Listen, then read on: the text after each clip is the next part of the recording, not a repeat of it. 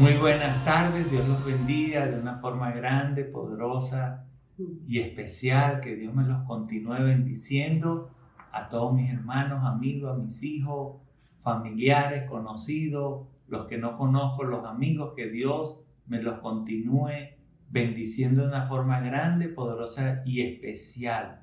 Estamos aquí para servirles, para honrarles y para ser de bendición. Cada domingo estamos dando estos temas mientras estamos en cuarentena para que usted se fortalezca, se llene de ánimo y de conocimiento en las cosas de Dios. Hoy vamos a hablar de un tema muy importante.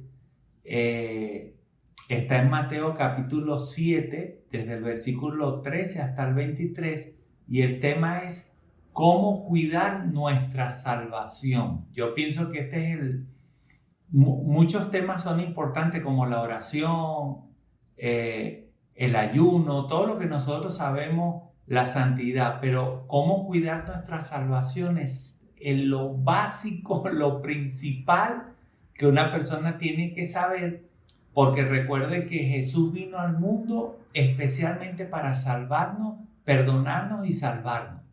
Entonces este es un tema que usted tiene que entenderlo, y no solamente entenderlo, grabárselo para que esto lo puedas tener en cualquier etapa de tu vida cristiana. Y vamos a leer esto, se van a sorprender un poquito, son palabras fuertes, pero de aquí vamos a aprender. Está en Mateo capítulo 7, desde el versículo 13, dice: entra por la puerta estrecha, porque ancha es la puerta y espacioso el camino que lleva a la perdición, y muchos son los que entran por ella, porque estrecha es la puerta y angosto el camino que lleva a la vida, y pocos son los que lo hallan. Guárdense de los falsos profetas que vienen a ustedes con vestido de oveja, pero por dentro son lobos rapaces. Por sus frutos los conocerán. ¿Acaso se recogen uvas de los espinos o higos de los abrojos? Así todo buen árbol da buen fruto, pero el árbol malo da frutos malos.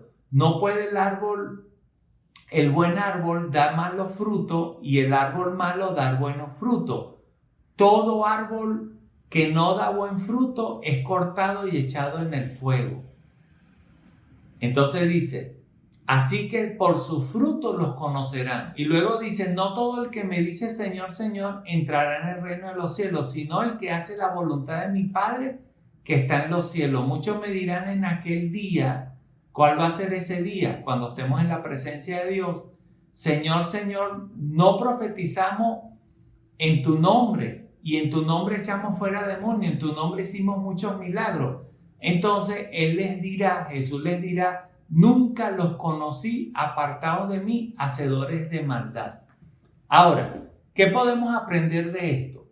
El mensaje, yo entiendo que nosotros como cristianos, por ejemplo, las personas que yo conozco en la iglesia, las personas, nuestros hijos, nuestra familia, los miembros de la iglesia, sabemos que no somos personas que estamos en el cristianismo por un provecho, por hipocresía, como estas personas que dice la Biblia que se perdieron porque hacían maldad luego de conocer a Dios.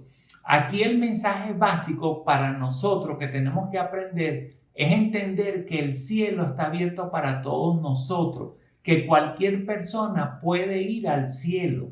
Es muy sencillo, es muy fácil, recibiendo a Cristo y guardando sus mandamientos. Pero la advertencia es que no podemos aprovecharnos de ser cristianos, de tener un conocimiento bíblico o de tener dones o talentos para usarlos para nuestro propio beneficio y usar el nombre de Dios en vano. Así que nosotros todos cometemos errores, pero una cosa es una persona que comete un error y le pida perdón a Dios, pero una cosa es, como dice aquí Jesucristo, hacedores de maldad, una persona que constantemente hace maldad. Entonces, cuando leemos esto, encontramos serias advertencias de Dios a las personas falsas, malas, hipócritas, y también nos da consejos de corazón hacia nosotros de cómo cuidarnos y no perder la salvación. Nos da una advertencia y una realidad que debemos conocer para no ser heridos y estar advertidos. Fíjense esto, cuando Jesús habla de esto, yo le voy a dar un consejo y también lo que dice Jesús por mi experiencia, porque lo que dice el Señor en la Biblia, cuando Él está hablando de esto, es lo que nos está diciendo: no se sorprendan, no se entristezcan, no se aparten de mí por las personas que están en las iglesias, pero no son conforme a mi corazón. En otras palabras, el Señor está diciendo algo que es real en su iglesia o en la congregación. Entonces, eso le sucedió a los discípulos cuando Jesús dijo: mira, ya en la última cena de Jesús, cuando reunió a todos los discípulos, a los apóstoles, Él les dijo: uno de ustedes me va a entregar. En ese momento dice que todos se sorprendieron, se entristecieron, se asombraron y decían: Señor, soy yo, será yo, seré yo, ¿qué pasará? Pero ¿por qué? Todos se alborotaron, y resulta que sabemos quién fue el que lo iba a entregar: Judas. Pero lo que yo quiero decir, y lo que les quiero advertir también, que parte de este mensaje que acabamos de leer, que no nos podemos sorprender cuando un pastor, un líder, una persona que echa fuera demonios, que profetiza, que se sabe la Biblia completa, que viene a la iglesia, que canta coro con nosotros, no te puedes sorprender de personas que tienen una conducta errónea yendo a la iglesia, que conocen la palabra. Este es un mensaje de advertencia. ¿Por qué yo se los digo? Porque he visto a muchas personas que dejan de ir a la iglesia por ver a una persona que es hipócrita, por ver al pastor haciendo cosas malas, porque un hermano le pidió dinero y no le pagó. Aquí está diciendo Jesús, y nos está diciendo ciertas cosas que vamos a aprender. Esto lo voy a dar en 2 domingos.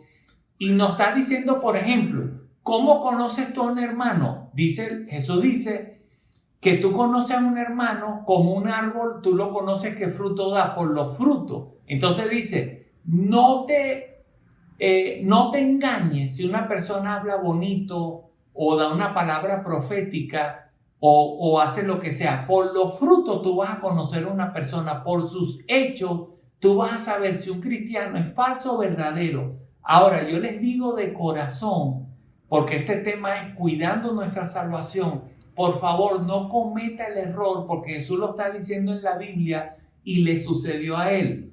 De los 12 apóstoles que eran sus personas de confianza, uno era traicionero, uno robaba dinero.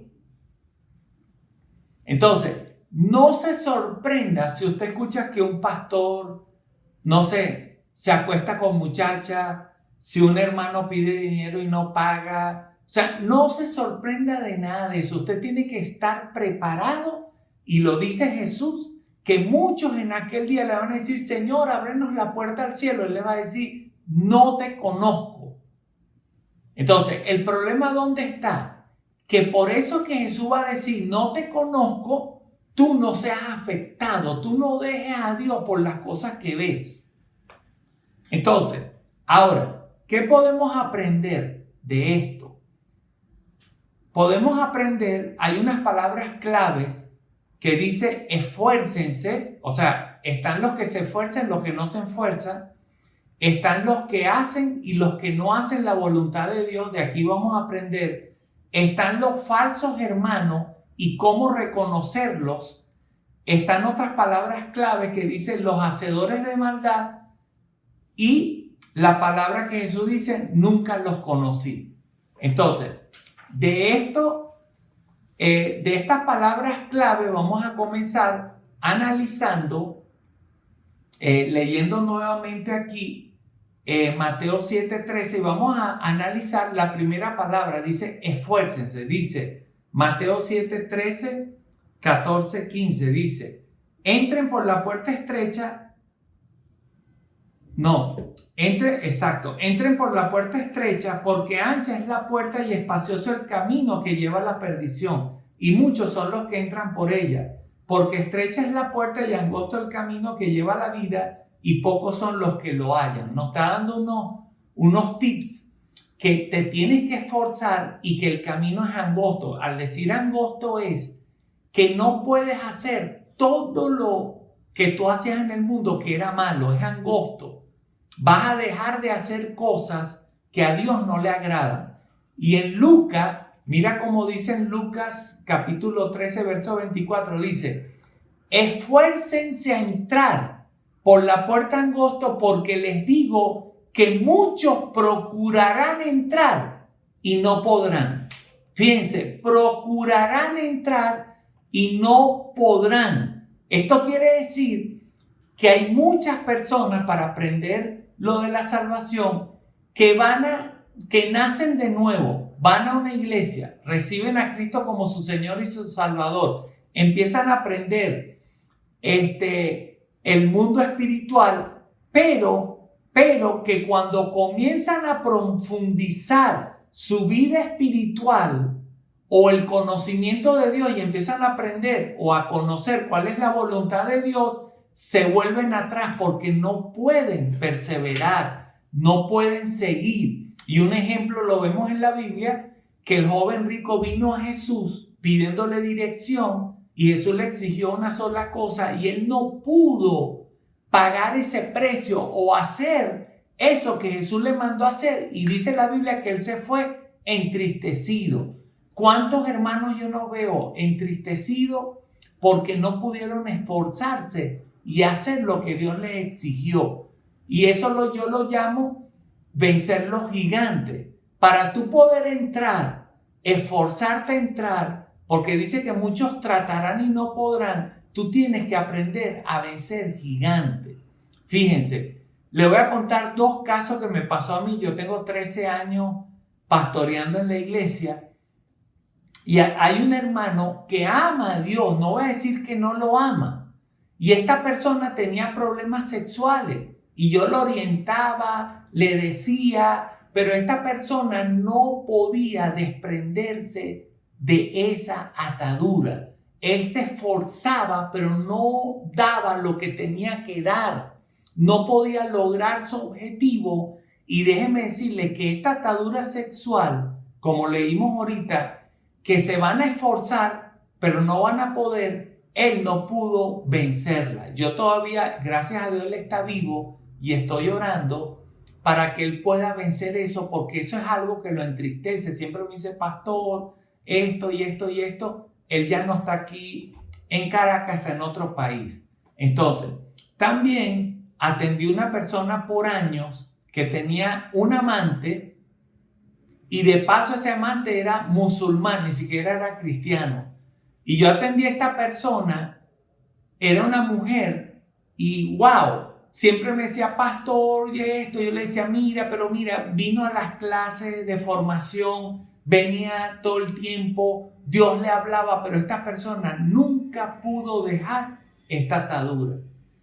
Entonces, lo primero que tenemos que aprender es cómo vencer un gigante. Cuando tú te esfuerzas por entrar y entrar al reino de los cielos, tú tienes que aprender a vencer los gigantes. ¿Cómo se vence un gigante? Por ejemplo, en este caso, en el caso de la muchacha era una persona y en el caso del muchacho era una atadura, la pornografía, la fornicación. Entonces, ¿cómo se vence un gigante? Un gigante es algo que te dominaba en el mundo y todavía en el cristianismo te sigue dominando. ¿Cómo tú vences un gigante? Determinándote vencerlo. Cortar todas las puertas por donde él viene. Si es una persona, alejarte de esa persona. Como yo le digo a las personas, es preferible sufrir una semana, un mes, que estar en la eternidad perdido en el infierno. O sufrir una semana, un mes por romper una relación que te está llevando al pecado, que quedarte toda la vida sufriendo. Entonces, para vencer un gigante, tú tienes que determinar los gigantes no son cosas desconocidas. No es que tú vas a orar, ay Señor, ¿cuál será mi gigante? No, el gigante es eso por donde siempre viene el diablo a atacarte, a humillarte, a quitarte la paz, a robarte la bendición. Ese es un gigante. Entonces hay personas que tienen un gigante de la ira, unos tienen gigantes del celo, unos tienen el gigante del temor, unos, como vimos ahorita, de los problemas sexuales. Entonces son gigantes que tú tienes que vencer. Y como yo les digo a las personas, no te ocupes por las cosas pequeñas, porque a veces las personas se distraen. Ocúpate del gigante que te está perjudicando. Por ejemplo, supongamos que tú tienes problemas con el temor, pero es muy poquito, pero tienes problemas con la pornografía, que te tiene, como dicen en Venezuela, vuelto loco. Entonces tú tienes que determinar cortar la pornografía. Tienes que luchar para cortar eso, sin descuidar vencer el temor, pero tienes que lanzar toda tu artillería hacia esa atadura. Tienes que tratar de vencerlo. Esa es la forma de vencer un gigante. Y un gigante se vence, como hizo David con Goliat, no dejándolo herido, sino cortándolo. Por eso Jesús dice, si tu brazo te es ocasión de caer, sácalo, pero no está diciendo que te cortes el brazo. Te está diciendo, arranca de tu vida lo que no es de Dios, lo que no es parte tuya, que sea algo bueno. Si no es algo bueno, desarráigalo de tu vida. Desarráigalo de tu corazón. Sácalo de tu vida, porque si no te esfuerzas en entrar por esa puerta angosta y vencer los gigantes, ese gigante te va a terminar destruyendo a ti y haciéndote perder. Y eso es lo peligroso de que las personas tienen que cuidarse. Entonces, ¿qué hacen los gigantes? Te hacen tener una doble vida. Entonces estás en la iglesia y llevas una doble vida. Puede ser pastor, puede ser ministro, puede ser lo que sea, y vas a llevar una doble vida. Ahora, la otra palabra clave, otra cosa se me pasó, para vencer un gigante a veces necesitas ayuda de personas espirituales, pero ojo, ayudas de personas maduras y sabias que te pueden ayudar, pero no es que tú vas a ir a llorar porque el gigante te dominó, no, tú vas a determinar vencer ese gigante. Porque vas a hacerle perder el tiempo a la persona y perder tu tiempo. Una persona cuando quiere, puede. Ahora, la otra palabra clave es, lo vamos a leer en Mateo 7, 21, 22 y 23, dice, no todo el que me dice Señor, Señor entrará al reino de los cielos, sino aquel que hace la voluntad de mi Padre que está en el cielo. Aquí hay una palabra clave, el que hace la voluntad de mi Padre que está en el cielo. Él dice, muchos me dirán en aquel día, Señor, Señor, no profetizamos en tu nombre no echamos fuera demonios, en tu nombre no hicimos milagros. Y Jesús le dirá, no te conocí, hacedor de maldad. Fíjense, esta palabra, aquí Dios nos está dando una revelación. Los dones, si tú cantas, si tú enseñas, si tú aprendiste la Biblia y la enseñas, si tú tienes dones que el Espíritu Santo te dio o manifestaciones donde, por ejemplo, tú pones la mano a una persona y el Espíritu Santo te usa y le das palabra a esa persona, o tienes dones de sanidad o dones de milagro como estas personas, o echas fuera demonios o cualquier cosa, o eres diácono, ujier, el nombre que usted quiera ponerle, o sirves en la iglesia como maestro de escuela de niños. Cualquier don que tú quieres, que tú tengas, Jesús te está diciendo, ese no es tu pase para entrar al cielo. Los dones no son la garantía de que tú vas al cielo, porque estas personas le dijeron a Jesús, Señor, pero echamos fuera demonios, predicamos, y él les va a decir, no los conozco. El secreto es hacer la voluntad de Dios. Eso sí te va a llevar al cielo. Entonces, también les voy a dar, ya está aquí en el tema, les voy a dar también otra advertencia que a ustedes Jesús nos la está dando, que cualquier persona que tenga dones o tenga manifestaciones sobrenaturales o predique muy bonito, no quiere decir que vaya al cielo, y no puedes confiar en esa persona antes de conocerla. Tienes que tener mucho cuidado. Y le voy a contar un caso de esto, lo que está diciendo, que es hacer la voluntad de Dios. Y estas personas, yo conozco una persona que es pastor y pone muchas cosas bonitas en Facebook, es amigo mío, pero recibí una decepción muy grande por lo que yo le estoy diciendo. Cuando usted escucha predicar a esta persona, tiene palabra, habla muy bonito, wow, las personas se sanan, las personas se levantan y dicen amén, aleluya, recibo esa palabra, los pone a adorar y hace una revolución en la iglesia. Pero esta persona, una vez yo le pedí un favor, él estaba en otro país y le dije que me consiguiera una medicina para mi papá. Y entonces él se puso a la orden, dijo que sí, le di el nombre de la medicina. Entonces cuando él va, él me dice, mira, la medicina cuesta $30. Yo le digo, está bien, eso es para mi papá, cómprale, cuando vengas yo te lo pago. Bueno, él va, me dice que cuesta $30, lo compra, y cuando viene, a mí me dio como curiosidad. Entonces yo empiezo a investigar en esa medicina en Mercado Libre de ese país, y todos decían que costaba $10. Y yo dije, bueno, pero no puede ser, este hermano es tan usado por Dios. Se habla mucho del Espíritu Santo. No creo que vaya a ser un mentiroso, un estafador o un engañador. No creo que esta persona vaya a hacer esto. Y resulta que cuando la persona viene y me trae eso, yo quedo así como, ¿sabes? Cuando uno queda con la duda. Entonces, al otro día estoy orando y cuando voy agarro el frasco, cuando volteo el frasco, en la parte de abajo tenía el precio. Al hombre, al hermano, se le olvidó quitar el precio. ¿Y saben lo que pasó? Bueno, decía $10. Cuando eso me sorprende y yo vengo a la cocina, yo estaba en mi cuarto de oración y le digo, creo que estaba en la sala, perdón. Y le digo a la pastora, le digo, mira esto, yo sospeché, yo no sé qué. Entonces me dio como dolor. Y cuando le cuento a la pastora esa, cierro la puerta de la cocina y vengo a la sala a orar. Cuando estoy orando en la sala, empiezo a llorar. Pero a llorar como un dolor, como cuando una persona se muere. Y empiezo a llorar y a llorar. Y el Espíritu Santo me hace sentir, es como que el Espíritu Santo estaba llorando por él, por ese tremendo pastor y predicador. Y yo sentía el dolor. Y él me habló y me dijo, miren lo que me dijo, me duele cuando mis hijos se pierden por tonterías. Fíjense esto, se pierden por tonterías.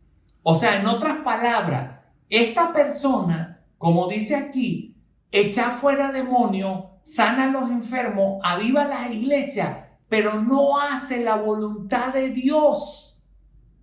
¿Y qué es hacer la voluntad de Dios? Por ejemplo, esta persona, la Biblia dice no mentir, no engañar, no ser falso. Y hacer la voluntad de Dios es no mentir.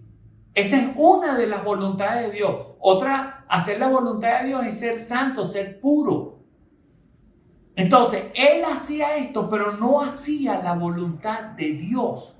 Entonces, esto quiere decir que la voluntad de Dios, ojo, en Romanos 12, versículo 1 y 2 dice, así que hermanos, ruego por la misericordia de Dios que presenten vuestro cuerpo en sacrificio vivo, santo, agradable a Dios, que es vuestro culto racional. Y dice, no se conformen en este siglo, sino que transfórmense por medio de la renovación de tu entendimiento para que compruebes cuál sea la voluntad de Dios, agradable y perfecta.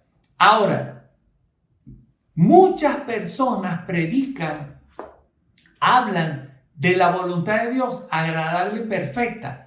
Pero la voluntad de Dios no solamente es agradable y perfecta, eso lo tienes que entender, porque acabamos de leer que hay personas que se van a perder por no hacer la voluntad de Dios. Pero ojo, por ejemplo, para mí predicar es hacer la voluntad de Dios porque yo soy pastor, pero para mí es la voluntad de Dios agradable.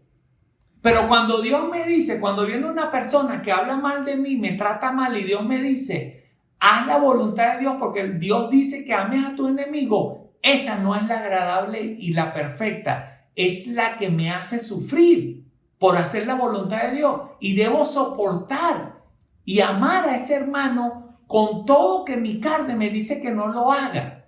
Y fíjense el ejemplo de Jesús. Jesús vivió en obediencia a Dios.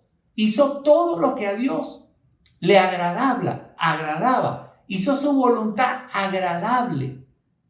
Agradó a Dios. Pero cuando le tocó hacer la voluntad perfecta de Dios, que era ir a la cruz, él dijo, Señor, si puedes pasar esta prueba, esta copa, aléjala.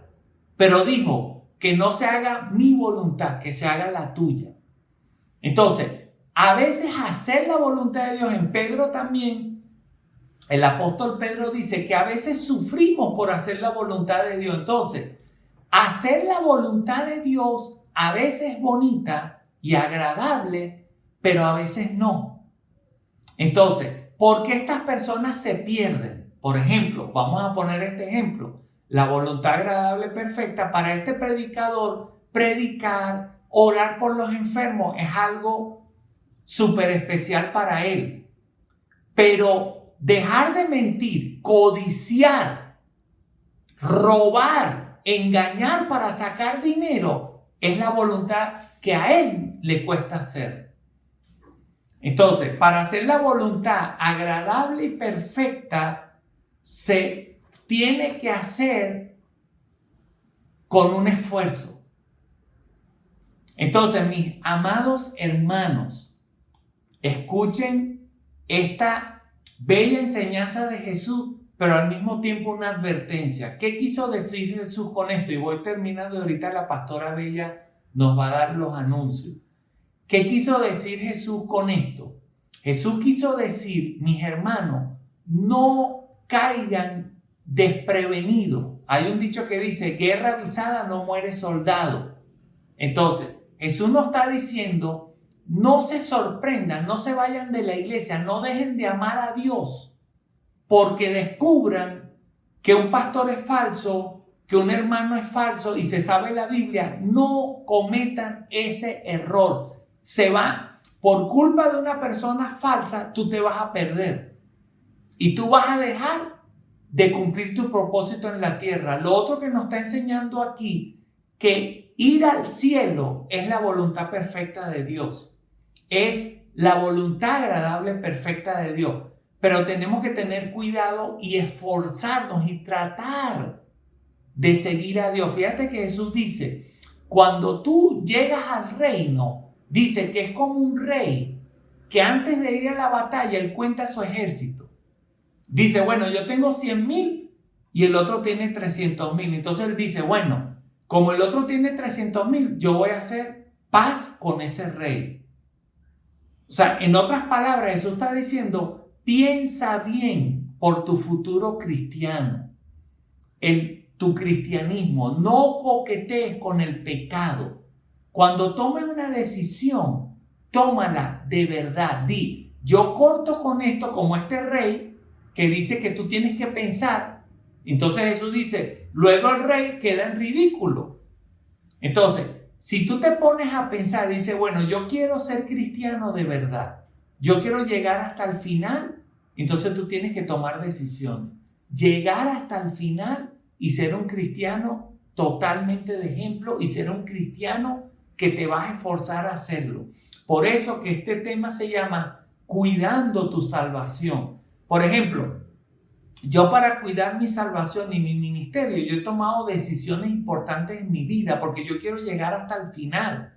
O sea, imagínate que yo tengo mi esposa y empiece a coquetear con otras mujeres. No, de repente no termine mi carrera.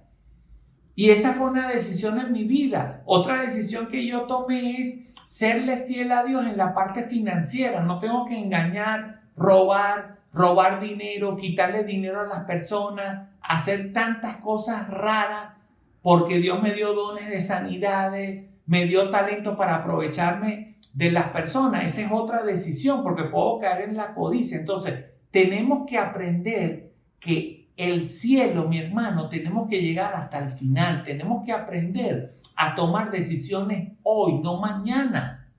Pues entonces no vamos a acabar nuestra carrera. Así que te invito a que le hagas una oración a Dios y le pidas de corazón y le digas: Señor, yo no me quiero perder. Yo quiero hacer tu voluntad. Yo quiero esforzarme a entrar al reino de los cielos. Y si es necesario cortar, desechar cosas, romper relaciones que no me convienen, es necesario hacerlo, pero debemos hacerlo. Así que Dios me los bendiga, mucho ánimo, muchas bendiciones a todos, y el otro domingo daremos la segunda parte de esta bella enseñanza. Con nosotros la pastora Bella. Bueno, amén. De verdad que esta enseñanza es muy hermosa porque tenemos que tomar en cuenta que es un camino angosto. Por eso es el camino angosto, porque tenemos que hacer la voluntad de Dios y muchas veces tenemos que dejar de hacer nuestra propia voluntad y tenemos que pasar por ese camino angosto que nos lleva a la vida eterna. Bueno, como todos los domingos, le tenemos los anuncios para seguir en este camino de bendición. Todos los martes tenemos nuestro estudio bíblico. Nuestro estudio bíblico es a las 10 de la noche por el Instagram en vivo en la cuenta Ancla de mi Fe, donde predica el pastor Jonathan Oradiquian. Así que no te lo pierdas, los martes a las 10. Los miércoles y los viernes tenemos enseñanzas semanales a través del Instagram y el Facebook. Así que no te pierdas estas enseñanzas porque son de utilidad para tu vida espiritual. Tenemos los jueves el servicio de oración live y estamos muy contentos porque, wow, cada jueves se suman más personas. Amén. Así que no dejes de venir al servicio de oración. Ahí oramos en vivo por tu petición. Estamos varios hermanos orando allí. Y los domingos, nuestra prédica a las 2 de la tarde. Así que no te la pierdas.